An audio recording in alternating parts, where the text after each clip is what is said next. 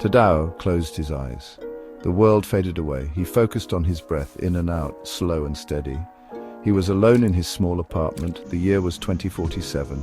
The world outside was a dystopian nightmare, but here in his meditation, Tadao found peace. He went deeper. His mind cleared. He reached out with his consciousness. He sought a connection, a kindred spirit across the vastness of space and time. He sent out a beacon of hope, a plea for understanding. He waited. His heart beat faster. Was there anyone out there? Could anyone hear him? Then a flicker, a whisper, a feeling. He was not alone. Thymestra felt a pull. It was faint, but distinct, a beacon from a distant galaxy. She was drawn to it. This was unusual. This was special. She had to investigate. She was alone. She had been traveling for centuries, exploring the cosmos, searching for life, for connection. And now, this feeling, this call. She set a course. Her heart beat with anticipation. What would she find? Who was calling her? She traveled faster than light. Time and space bent around her. She was on her way.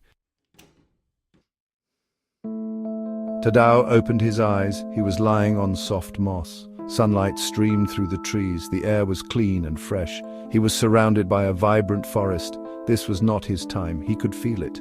He saw her then, standing in a shaft of sunlight, tall and proud. Her eyes were wise and ancient. She smiled at him. He felt a sense of peace he had never known. "You called," she said. Her voice was like wind chimes. "I heard you." Tadao was speechless. He could only stare at her. He had never seen anyone like her. "My name is Thymestra," she said. She knelt before him. In her hand was a small sapling. "This is a gift." The sapling was unlike anything Tadao had ever seen. Its leaves shimmered with an inner light. "This is a hemp tree," Thymestra explained. "It will nourish you, it will heal you, it will connect you to the earth and to the stars." Tadao took the sapling with reverence. He had never felt so connected to anything before. They planted it together. Thymestra showed him how to care for it. She told him stories of her world, a world far advanced from his own, a world of peace and harmony. Section 5. Among the Stars. Tadao learned quickly. He was eager to know more. Thymestra taught him about the cosmos, about the interconnectedness of all things. She showed him how to navigate by the stars. They traveled together, first in his dreams, then for real. She took him aboard her ship. It was like nothing he had ever seen. It was alive. It responded to their thoughts. He saw wonders beyond his wildest imagination, planets of crystal and fire, nebulae that shimmered with every color imaginable. He learned that the universe was a place of infinite possibility. Section 6. Unveiling the True World. Tadao began to understand. The world he thought he knew was just a shadow, a pale reflection of the true reality. The dystopian nightmare he left behind was just a blip, a temporary aberration. Thymestra showed him the beauty of the universe, the interconnectedness of all things. He realized that he was not just a man, he was part of something much greater. He was part of the cosmos. He felt a sense of purpose he had never known before. He had to share this knowledge. He had to help others to see. Thymestra smiled. She knew he understood. Section 7. The Arrival. Their journey together was coming to an end. Thymestra was taking him home, not to the dystopian future he left behind, but to her world, a world of peace and enlightenment.